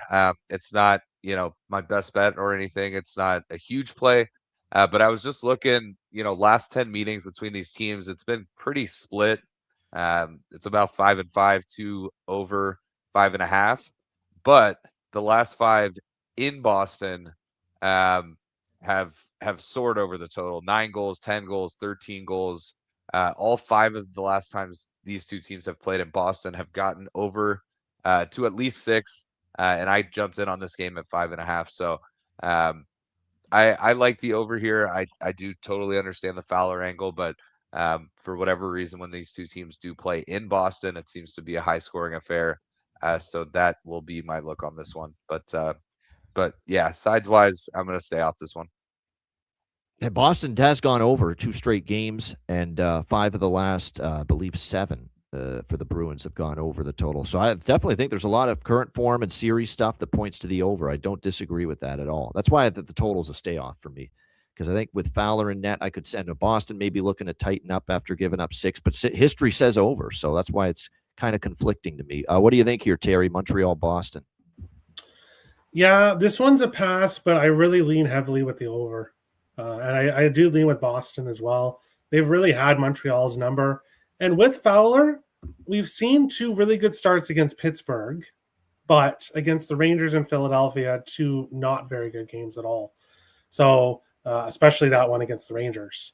So, yeah, he's done really well against Pittsburgh. Let's see how he does here against a Boston team that is scoring some goals. I would lean with the Bruins and lean with the over, but not one of my favorite games at all. There's definitely a truth to that. Like, Fowler's got to show he can play well against someone other than the Pittsburgh Penguins. No question about that. I'm going to – this is just gut intuition because you're right. He's been up and down. He hasn't been great every start. But I think being back in Boston, you're going to get him dialed in. That's just me. Maybe I'm wrong. Maybe Boston's going to get 4 or 5 past him. Who knows? That's why they play the games. But I just feel that he's going to play well being back in a city where he's got a lot of history, being there, obviously played college there. With Boston Con. He's going to have people there probably to support him as well, no doubt. Yeah, that Boston series history dominance over Montreal at TD Garden bothers me, but hey, it's got to come to an end at some point. I think tonight could be the spot. We'll see, but I'm on Montreal there. As far as props go, Kapanen, Bolduc, a lot of the same cast of characters. Obviously for Boston, for props for them, I would probably look toward it's obviously you're going to still have Geeky, Lindholm, Pasternak, their top line. Zaka's picked things up a little bit lately. Problem is they bumped Alex Steves and Husnudinov down. Those are some of the players I've been backing for the Bruins as far as props, but pushed down the lineup, so not as eager to get involved with them now here tonight. All right, Minnesota, Nashville. This is the part of the show Terry's been waiting for. Minnesota minus 180, home favorites, 6 the total here in this game. Minnesota, of course, it was back down to earth a little bit against Colorado. Give Colorado credit. And sometimes the best thing to do is keep your trap shut. And Jesper Wallstedt learned that the hard way. He said something about, Colorado after they beat them earlier this season. And then all of a sudden, we see, yes, I think Colorado used that kind of as bulletin board, but that was just a dominant effort start to finish. Colorado was the better team, got the job done, 5-1 against Minnesota. We'll see if Minnesota bounces back. Nashville did beat the Rangers 2-1. I don't like backing mediocre teams off a win. I've said this all year about Nashville. They followed up but they did have a nice weekend. Let's give them credit with the back-to-back victories over the Leafs and the Rangers at home. Can they really make it 3? I don't think so. I don't. I think this is people will say now that, and sometimes I buy into it. I've said this on the show that when a team's on a great win streak and the streak gets snapped, I'm reluctant to back them because sometimes one loss can lead to 2, can lead to 3. And sometimes when you have a long win streak like Minnesota did, you sort of go the other way. If they were playing Vegas, Anaheim, one of the upper echelon teams in the West, maybe I could buy into that. But I think here with Nashville coming in at home, I think Minnesota's got a good chance here to bounce back. But I'm going to just play the team total. I want no part of minus 180. Let's not forget that was the first game since the Quinn Hughes trade against Colorado on Sunday. That was the first game Minnesota scored fewer than 4 goals since the Quinn Hughes trade. We know this team offensively has picked up. You just get a lot more mobility and push to get the offense started from the back end now with Quinn Hughes and Faber as your top pair. And I think against a Nashville team that still can be leaky at times defensively, you don't always know what you're going to get from them as far as defensive hockey is concerned, that you could see this Minnesota team get back to that 4-goal mark. So that's the only play for me here. Minnesota team total over 3.5, and you can get that at plus 100. Matt, what do you think here? Predators, Wild. Yeah, I've actually got a hat trick of Wild plays here. I'm going to be on the Wild team total over 3.5 and 4. just as a potential. If they do get to 5, cash a nice plus price. If it does end at 4, you get your money back on 4 and you hit the 3.5. And then I'm going to take a shot with the Wild 3-way. I think I saw it at -115. I think it's a good spot for Minnesota. Tough loss against a good Colorado team, but I think they bounce back, especially at home. Holiday break on the horizon. I don't have a reason to trust Nashville at all in this game. And then one of the props I like in this game is Boldy over 2.5 shots. He's 9-10 in his last game. 9 of the last 10 games, he's gotten to 3 or more shots. I think he's continuing to play well and put pucks on net. Some nights they're going in for sure. Some nights they're not, but either way, I think he gets to 3 shots. But yeah, Minnesota team total over 3.5, split with over 4, and then Minnesota 3-way money line. I think if Minnesota wins this game, they win it fairly easy and in regulation. I don't think we see overtime in this one. By the way, I'm just looking at Nashville. When they lose in their losses, they've given up 4 to Carolina, 4 to Colorado, 6 to Carolina, 5 to Winnipeg, 8 to Florida, 4 to Pittsburgh, 6 to the Rangers, 5 to Dallas. You get my drift. When they lose, they often give up 4 goals. So if you expect them to lose, that's why I like the team total here for Minnesota. Terry, what do you think? You're Wild against the Preds. Yeah, so earlier on in the season when the Wild were playing awful, I was fading them. And it's extremely rare for me to fade the Wild, but I think I did like 3 times in October. Then they got hot, and I started betting them a lot. But I was betting the Wild when they were -115, -120 favorites because there was just a ton of value on them at that price. Now this is a little bit of a different situation at -180. So unfortunately for Matt and unfortunately for me and my stress level, this is a very heavy overtime history between these two teams. For some reason, especially in Minnesota, we get overtime games. The one I remember the most, obviously, was Hines pulling the goal, pulling Marc-Andre Fleury in overtime, 3-on-3. Boldy ended up winning that game. I do think the Wild win this game, but I'm a little bit nervous about them taking care of business and winning this by margin or in regulation. I hate to see the Wild go to overtime. It's extremely stressful for me, but I think that's probably what's going to happen here. And I do have a play, but it's my bargain bin, so I'll mention that at the end of the show. All right, there we go. Good stuff. I'm on Ryan Hartman, Terry. 3 games in a row with a goal for him in that plus 350 range. Stamkos has goals in back-to-back for the Nashville Predators if you want to ride that streak. But Ryan Hartman's my favorite goal prop. Still centering Kaprizov and Zook, it looks like, here tonight in this game. Yeah, and Tarasenko. I will give Tarasenko another shot here. One more. Maybe he's going to cool off again and go back into oblivion like he was before. But like I said, we'll give him one more shot here. Everybody was bad against Colorado. Like, I get, like, his line obviously didn't show up, and nobody just – and you know what? I don't want to make it as an excuse, but facing Edmonton one night and Colorado the next – takes a lot out of you. Yeah, they looked like they were lacking. They were a step behind the whole game against Colorado. Yeah, so – but when Colorado plays like that, they're the best team in the NHL right now. That's how good they were. They were dominant. And Minnesota's not chopped liver. Minnesota was rolling going into that game. Colorado just chopped them down to size. So that's how impressive the Avs are right now at this point in time. All right, it's always, I don't care what the records are, it's always a good night when we get to watch the Battle of Alberta. Calgary and Edmonton. We've got Edmonton -160, home favorite, 6.5 the total here in this game. Edmonton coming off a very, very busy weekend, losing to Terry's Minnesota Wild on Saturday, 5-2, but bouncing back, beating Vegas 4-3 in the very next game. Calgary, how about Calgary here? All of a sudden, way under the radar, they're 6-2 in their last 8 games. And they're scoring goals all of a sudden, 4, 2, 7, 3, 2. The last 3 games, they've scored 13 goals combined. Where's this Flames offense come from? And all of a sudden, they're lighting the lamp. They've got some mojo going offensively up and down the lineup for this Flames team. It's been impressive to watch. When you look at the recent numbers for Calgary of late, as far as their production, Coronado's been great. Blake Coleman is suddenly chipping in a little bit. Backlund's starting to get going, the captain. They've had a lot of different contributors all of a sudden lately here, the Calgary Flames. So we'll see how this one plays out. The fear of laying it with Edmonton is that you're laying it with either a Cal Pickard or a Connor Ingram in net, and that's not ideal. You can't lay prices, at least not me. I can't lay prices with Edmonton with Connor Ingram, Calvin Pickard goalie combo with Tristan Jarry out. And Tristan Jarry's not one of my favorite goalies. I don't fully trust him, but he's still a step up from what they got right now. And Connor Ingram in net. Now, it was a great story. His first start in the NHL in a while. Got the win against Vegas. Hung on. They played well defensively. Can he duplicate that again is the question here. But Chris Knobloch rewarding him with another start here in this game.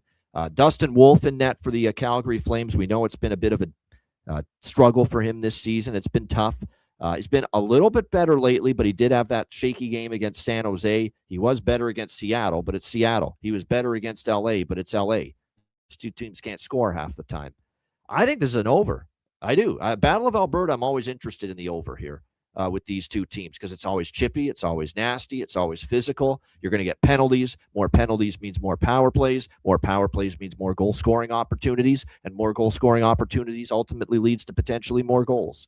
So I think you're going to end up seeing that here. And believe it or not, we know the Oilers' power play has been good again lately. It's heating up. They've got a power play goal in 5 straight games. Don't look now. Calgary's power play is getting it rolling. They've connected on back-to-back games with the man advantage. So give me the over here. I might even make this a bifecta. Well, I'm going to wait for the first period over at a better number. I took over 6 minus 125 pregame this morning. It's gone to 6.5 in a lot of spots. But I would say if it's 6.5 now, you could bet it now at 6.5 or just wait to see if you can get a drop to 6 or 5.5 early in the game. But I'm on the over bifecta here. What do you think here, Matt? I'm tempted by Calgary too, I must admit, plus 140. And they won in Edmonton earlier this year, 4-3. That game went over the total as well. So I might sprinkle on the Flames, but I like the overs here more than anything. Matt, what do you think? Battle of Alberta, Flames, Oilers. I'm on the over as well, but I'm same game parlay, first period, full game, 5.5. I think we get 2 in the first, and then I like us to get to 6. So usually pretty back and forth game, power plays on both sides. Both teams can definitely score goals. So and neither team is scary to bet an over with defensively. So I like overs in this one. So I'm going to same game parlay, get a plus price, over 1.5, over 5.5. That'll be my only play on this game.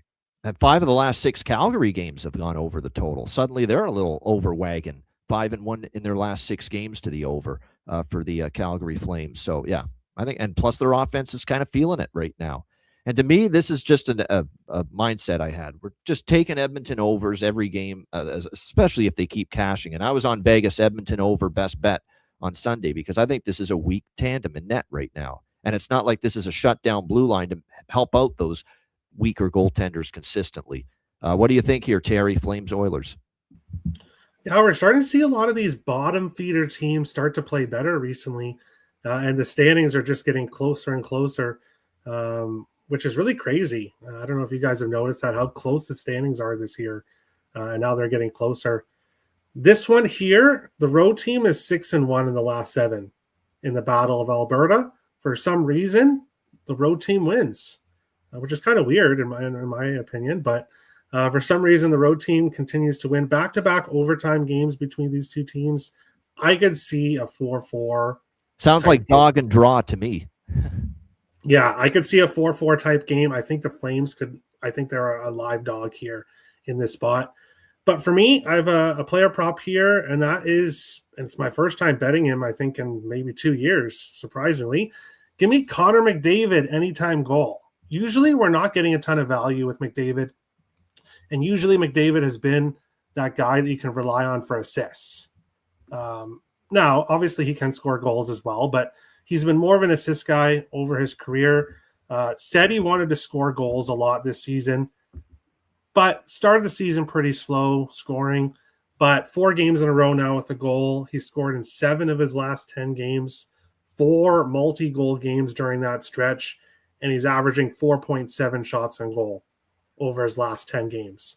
So he's scoring goals, almost getting 5 shots on goal per game. and I got McDavid to score plus 145. There's just a ton of value, especially against his inter-province rival here, obviously in Calgary. I think there's a ton of value on McDavid. Anytime goal here in this game. All right, there you go. McDavid anytime goal. As far as me, I'm going to it's a broken record. That's it is what it is. But Roslovic, Podkolzin, I always target the two players flanking Draisaitl because Hyman, Nugent-Hopkins, McDavid, that top line, they're going to be priced pretty accurately. But you're going to get a little more bang for your buck with goal props on Roslovic, who's now back, by the way, just returned over the weekend from injury, and Podkolzin, both of them playing with Draisaitl. So I like the prop value with both of them. For Calgary, I'd go to, Farabee, Sharon Govich with Kadri. There's value. Coronado's heating up. Don't sleep on that Zary, Backlund, Coleman line. Any one of those three could be live. They're playing really well together since Ryan Huska put them together. They've been really good. Zary, Backlund, and Coleman of late for the Calgary Flames have been a pretty good third line. And that's been a good offensive third line. You want to know why Calgary's scoring goals now? They're getting something from the third line. That's why. And that unit's together has been very solid for them. All right, Philadelphia, Chicago. We got the Flyers minus 120 road favorites, 5.5 the total in this game. This back-to-back for the Flyers after the win last night against the Vancouver Canucks. Chicago limps back home to the United Center, losing 5 in a row. The offense was dormant for 4 of those losses. They scored 4 against Ottawa and Levi Merilainen on Saturday, but unfortunately they gave up 6 with Arvid Soderblom, who I'm sure is back to being Arvid Soderbum in the eyes of one Alex B. Smith, based on the way he's played of late for the Chicago Blackhawks. But we're not going to see him tonight. We should see Spencer Knight in between the pipes here for the for the Chicago Blackhawks in this game.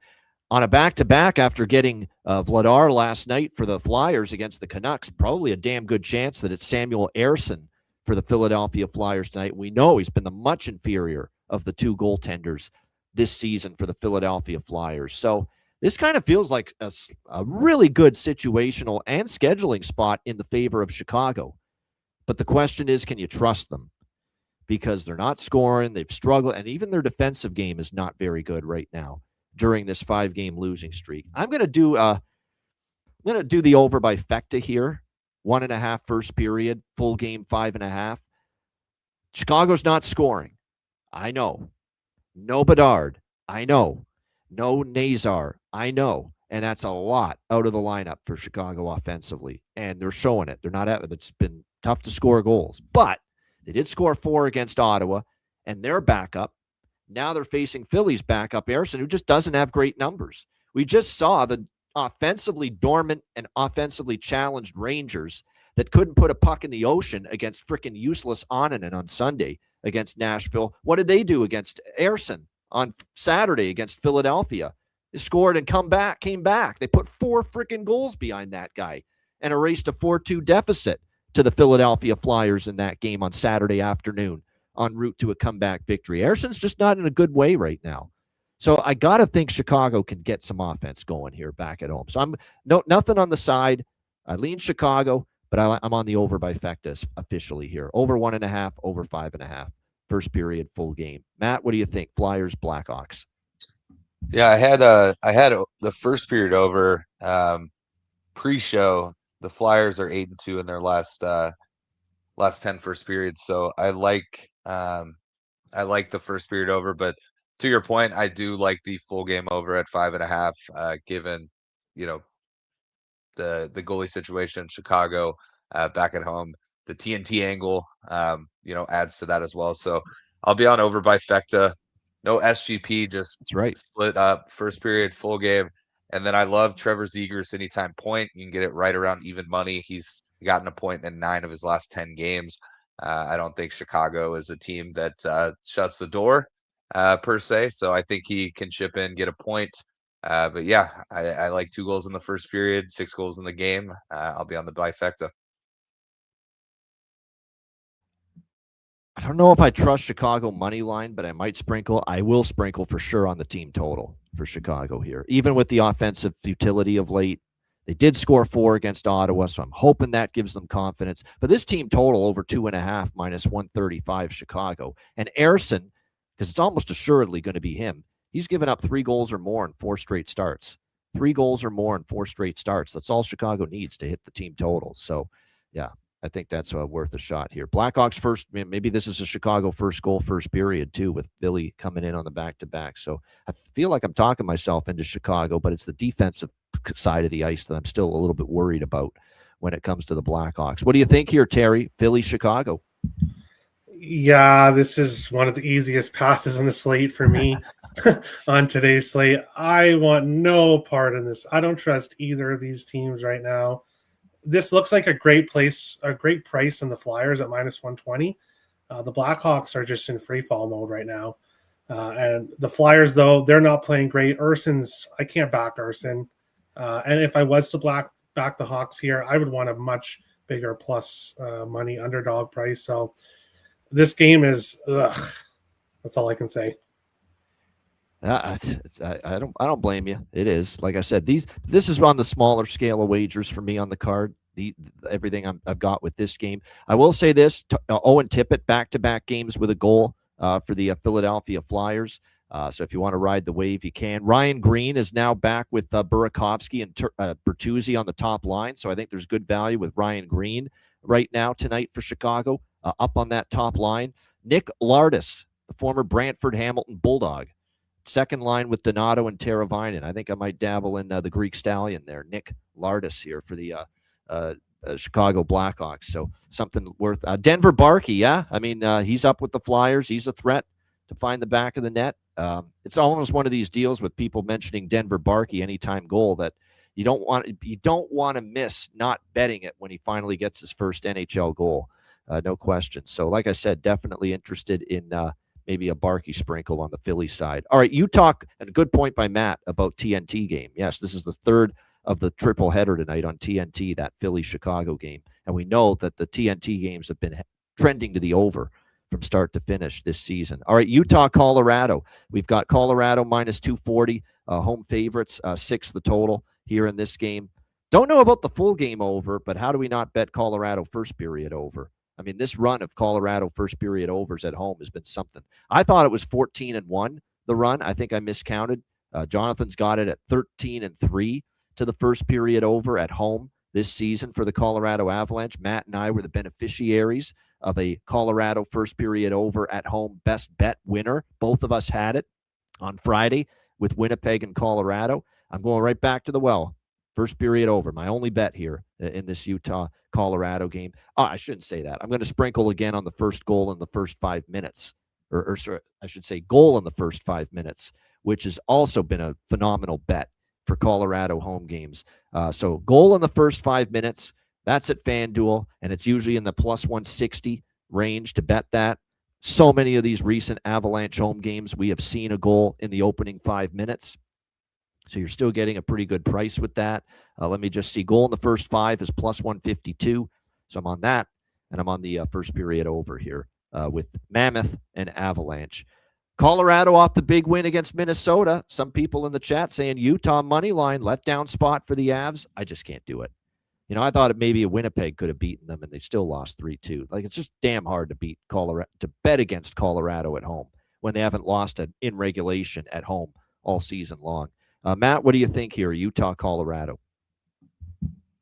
I'm just going to ride the first period over. I think I like that streak going, so I'm going to take a shot with that. But I could make a case for Colorado in a letdown spot. You know, plus 210 is a nice price, but I just can't do it.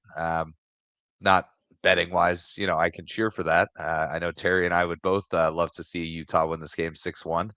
But hopefully we get 2 goals in the first, because that I will be betting. It's just tough to bet against the Avs right now. You know, as much as I want them to lose every game, I don't want to bet against them, lose my bet. The Avs win. It's just all shitty. So, yeah, first period over. That'll be it for me. All right, Terry, Utah, Colorado. If I was getting to the side here, I'd actually look at Utah plus 1.5, which is minus 120. Both games this year have been 1-goal games for the home team. I could see this being close. So I think Utah plus 1.5 could be a good play. But the best value play here in this game, I haven't pulled the trigger on it yet. I've been looking at it all day, is Sean Durzi to get a point for the Utah Mammoth. He's been on fire recently. He's got a point in 5 games in a row, and he's plus 210 just to get a point in this game. So there's just a ton of his assist prop is plus 281. He is assisting during this stretch. So, but I want to go with the plus 281 with the points plus 200. There's just a ton of plus 210. There's a ton of value on Durzi point, and then I lean with Utah plus 1.5. I think it's a close game, but I think Colorado probably ends up winning. So that's my thoughts here. That might be the best way to go. Safer route. If you want to go for the big score and you think letdown spot plus 210, go for it. But they just keep, even when they don't play their best at home, they find a way. Look at what happened with Winnipeg and Colorado.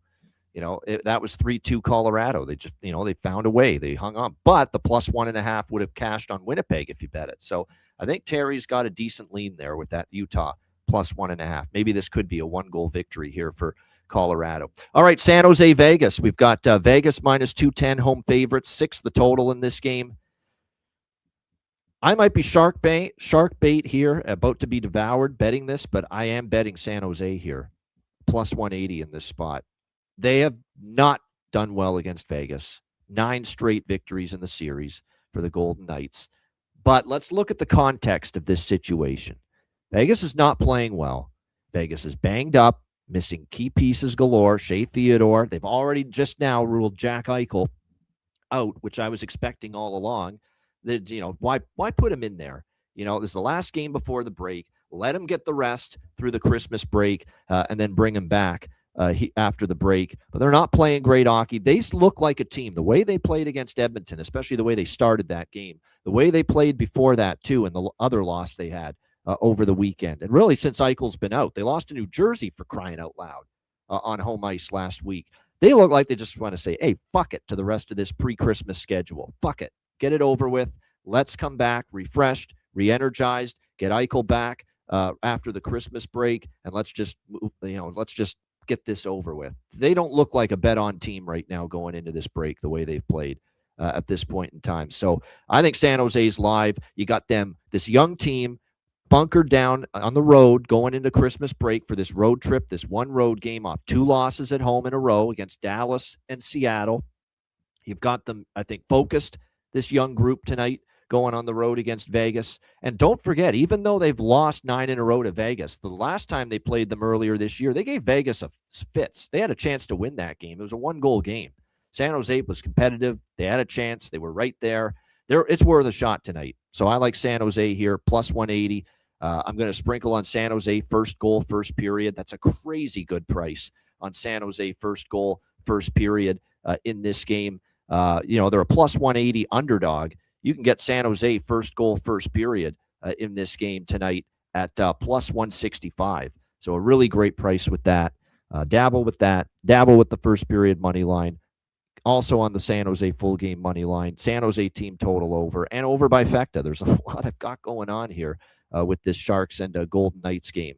But that's where we're at. Sharks split between full game first period money line, first goal of first period, team total over 2.5 in this one, and also the over by Fecta with the 1.5 and the 6, 5.5 actually at FanDuel, but 6 mostly everywhere. So over by Fecta as well. And we know long-term Vegas first period overs at home continue to deliver the goods more often than not. What do you think here, Matt? San Jose, Vegas? First period's the only bet that I like pregame.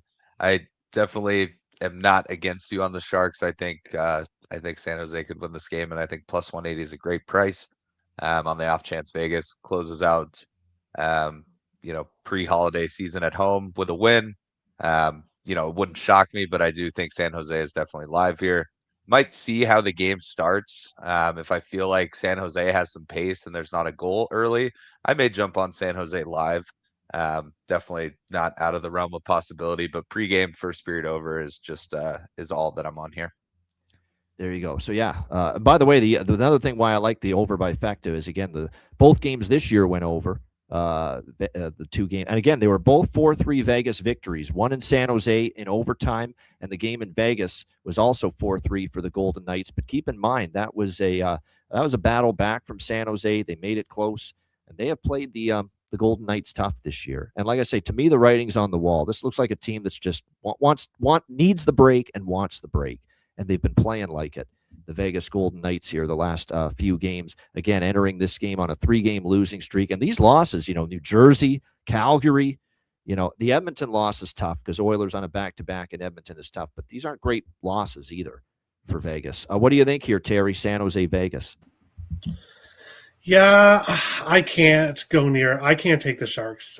For me, with the past history, the way it is, 9 games in a row, I have to see San Jose slay the Dragon before I can back them against Vegas.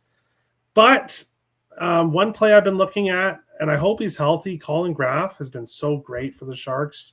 Now, unfortunately, he got a puck to the face. I think he's in. It looks like he's good to go. He's going to play. Yeah.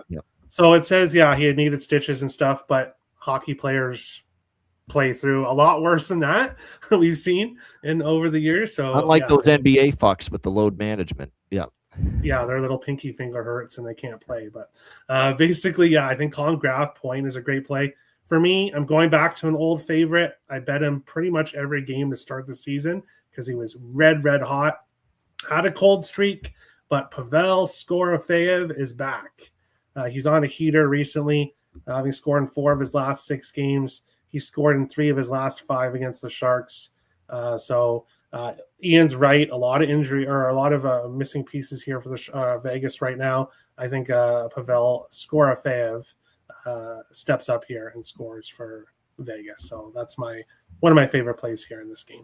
I like Igor Chernyshov for San Jose as well. Up on the top line, I think he might be finally ready to get on that board with Celebrini and Graf. They're slated to be on the top line, that trio. I already like Graf. He scored in back-to-back games. And yes, Chernyshov, I think, is worth a shot for San Jose tonight up on that top line as well. Great price we're seeing on him tonight, plus 450. Also for Vegas, I do think Vegas will chip in offensively. You mentioned Dorofeyev. Alexander Holtz is being elevated to the second line for Vegas. I know he doesn't have a goal yet this year, but it's an opportunity for him. Maybe Barbashev with Stone and Marner on the top line for Vegas. So those are a couple of props on their side that I am interested in. Okay, we've got Matt on the clock here. He's got to leave us in a few minutes. So what we will do is we have one more game left. We'll get Matt's thoughts on it. Seattle, Los Angeles, and then we'll go right to Matt with his bargain bin special and his best bet, and we will bid him adieu for the Christmas holiday right after that. But Seattle, Los Angeles, LA minus 230, home favorites, 5.5 the total. This is the one game on the board I got absolutely bubkiss on. Nothing. Squat. Jack shit. So thankfully, Matt can talk about this game now. What do you think? Kraken, Kings. I feel bad for the chat and all the viewers because I have not shit on this game. Nothing is I mean, honestly, the under maybe, but I never bet unders. The Kings are not a team that I ever am looking for totals right now. The Kraken, I'm not going to lay minus 230 on the Kings. The Kraken are all out of sorts. There's just nothing I like in this game. I won't be watching this game. If I'm in the late slate, I'll be tuning into that San Jose Vegas game. Definitely a more exciting game. At least San Jose is an exciting team. Vegas is a solid team. So this Kraken Kings game will just be an absolute pass for me. Maybe, after a whole slate of games, if we get some wins and I'm feeling lucky going into the late card or the last 2 games, maybe I find something, but I doubt that I'll be on this game in any form or fashion. No props, no player bets, nothing. So there you go. We'll get to this, but keep an eye on the goalie situation for LA. They've been riding Anton Forsberg. I think they'd like to start him again tonight, but at some point you can't start him every game, and this is back-to-back after playing last night. Do they give the journeyman goalie Phoenix Copley an opportunity in net? And his numbers in the AHL were not very good prior to his call-up, so keep an eye on that prior to betting that Seattle LA game. That would honestly be, as far as full game, that's Seattle or pass for me. I can't lay that price even. And Seattle's banged up and on a back-to-back. And they lost another Vince Dunn last night to injury. And they're already without Montour, McCann, and Schwartz.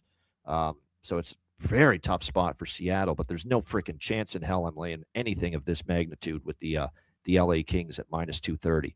All right, Matt, bargain bin special of the night. What do you got for us?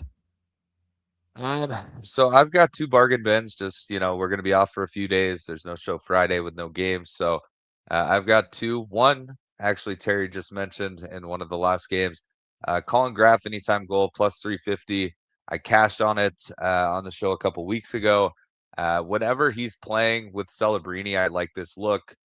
He's kind of moved up and down first line, second line at times. When he's on the second line, he seems to not get as many opportunities. But when you're playing with Macklin Celebrini, scoring a goal is not that crazy. So Colin Graff plus 350 anytime goal. That'll be one of my bargain bin plays. And then in the Dallas Detroit game, I have a Dallas Star that is bargain bin worthy. He's actually a former Detroit Red Wing, so this is really the angle there. Adam Ern, he scored in his last game playing, then he was healthy scratched, and then he's back in the lineup tonight. Plus 1,100 to score against his old team. I do think that game will be a high-scoring affair. He's not going to get the same looks that Jason Robertson or Mikko Rantanen or Wyatt Johnston gets. But a revenge spot, if on the off chance we get a 5-4 type game, why not Adam Ern plus 1,100? That'll be my other bargain bin play.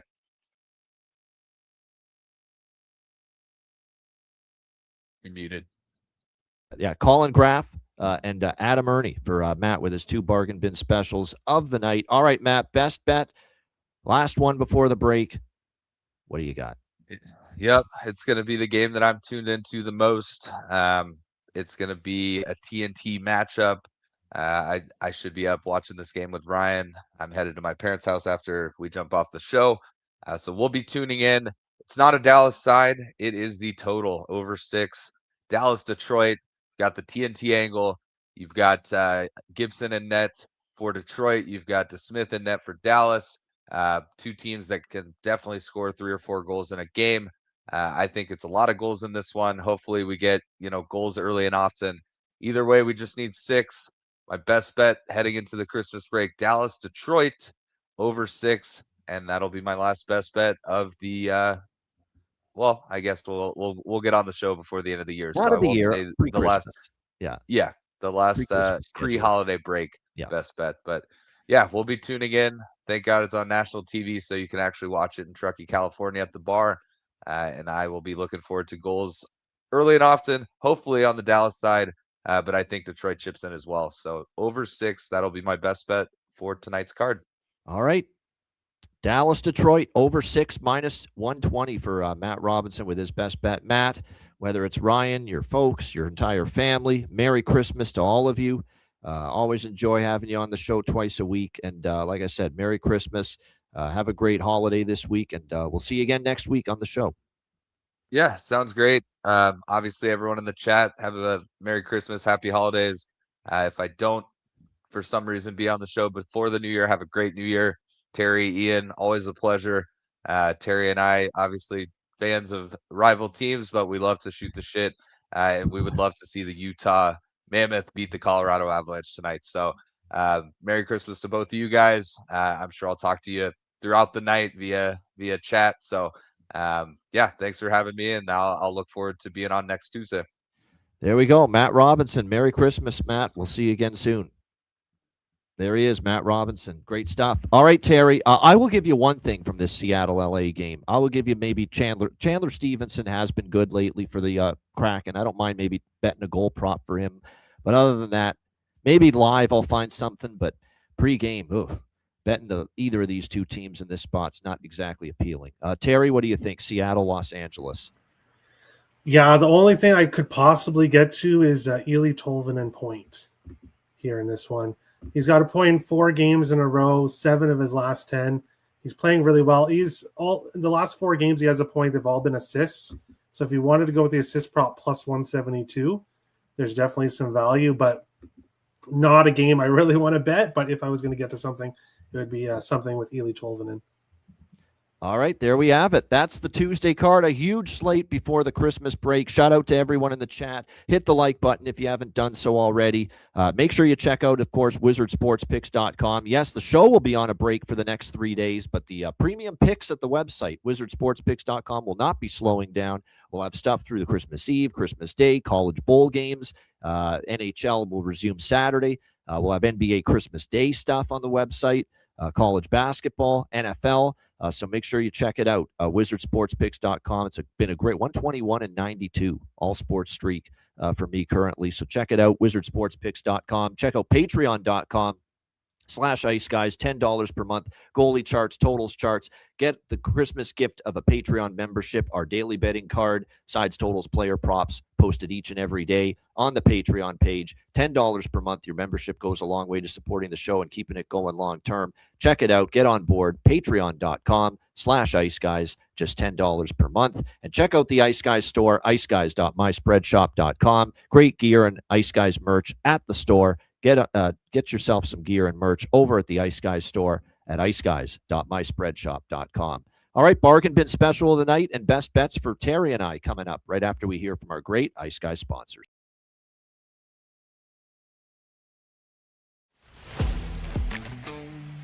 Wizard Sports Picks, featuring the finest handicappers in the universe. Sharp insights, trusted picks, and relentless results. We strive to help you become consistent winners. This is Wizard Sports Picks.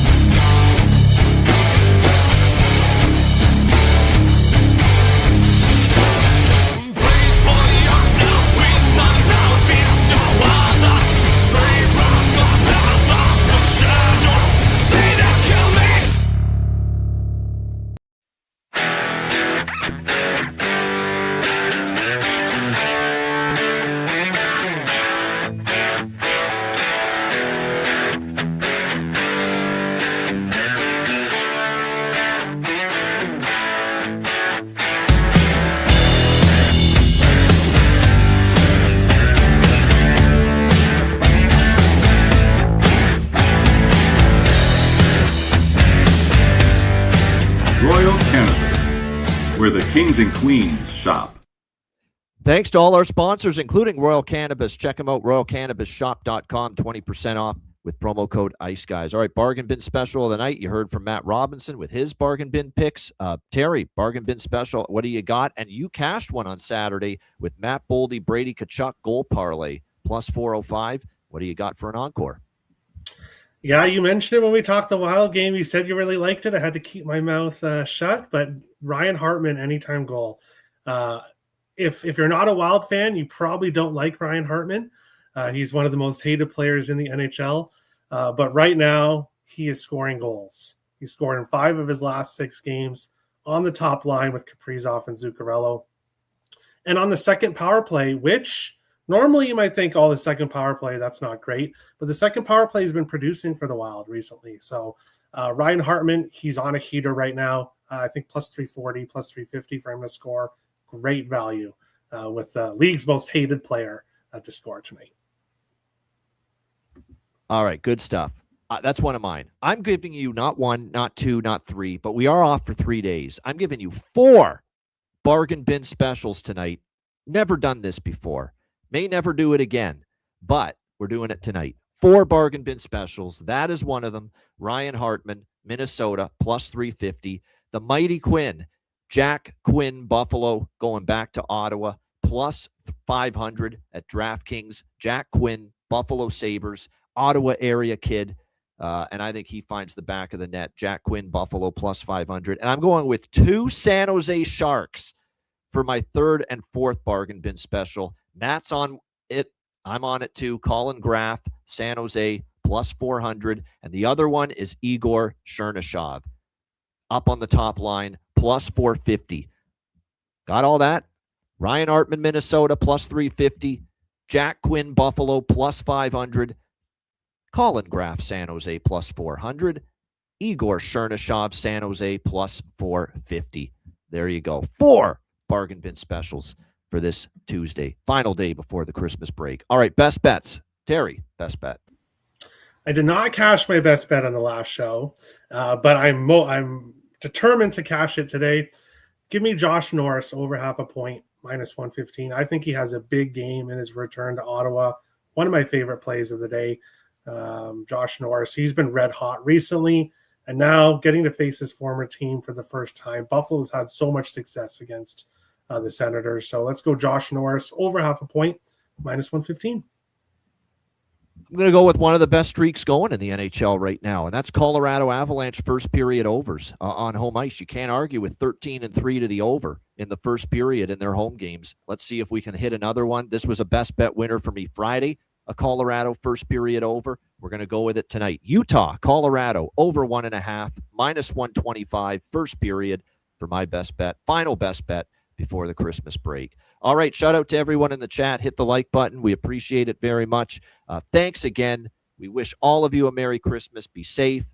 Enjoy it with your family and friends. And make sure you're back here Saturday at noon Eastern when we return to the Ice Guys following the break. A reminder, the Ice Guys is live Saturday and Sunday noon Eastern, Monday to Friday, 2 p.m. Eastern. If you can't watch the show live, download the Ice Guys podcast in audio form on all major podcast platforms. For Terry Edelman and Matt Robinson, I'm Ian Cameron. Merry Christmas to all, and to all, a good night.